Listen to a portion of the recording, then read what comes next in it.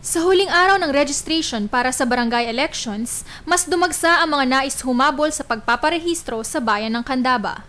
May bagong sistema ang COMELEC ng Candaba sa proseso ng pagrerehistro. 300 numero ang ipinamigay sa mga nakapila.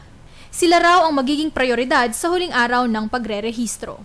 Nagkaroon kasi kami ng incident before na muntik nang magpang-abot yung mga kampo. So, para lang maiwasan yung tawag dito, commotion or kung anumang untoward incident na mangyari na naman, nakiusap ako sa mga deputized police officers natin na mag-issue ng numbers para nga kung sino man ang mga nandun that night, ma-disperse na, especially umuulan that time na naman.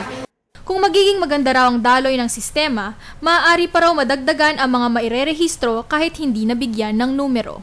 So yun ang ina-advise ko sa mga tao na bumalik around 3 o'clock. And sana rin kung may bagong resolution ng komisyon, mai-advise namin sa kanila. Kaliwat kanang reklamo ang sumalubong sa Balitang Central Luzon mula sa mga nagpaparehistro. Ang marami sa kanila, mga lehitimong residente pa pero hindi nabigyan ng numero ng COMELEC. Ang nangyari kapo sa restoran dito, bawat barangay kumukuha yung bawat na humahabol ng kapitan, kumukuha lang ng 6 na katao. Walang number kahapon. Ngayon umaga, may number na naman lumitaw. Paano po yan? Paano yung walang number?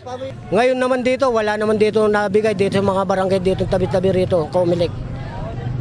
Yung mga daywan lang, yung mayroong numero, yung tiga rito, walang numero. Batikos ng mga residente, palakasan raw ang nangyayari dahil lang may padrinong opisyal o kaya ay tatakbo lang ang nakakapagparehistro. Ang nangyayari rito kasi, halimbawa, kapitan ka, yung kabila, kalaban mo 2. Siguro di namin naging kakampi noon yun. Ganun ang nangyayari. Sila ang napapabor dito sa COMELEC.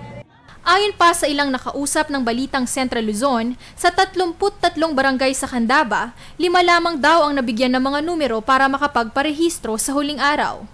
Kabilang umano sa mga barangay na napaboran ng COMELEC ang Barangay Mapanike, Salapungan, Magumbali, San Agustin at Bangbang. Si Rainer katakutan bagamat residente ng Barangay Mapanike, hindi rin nabigyan ng numero.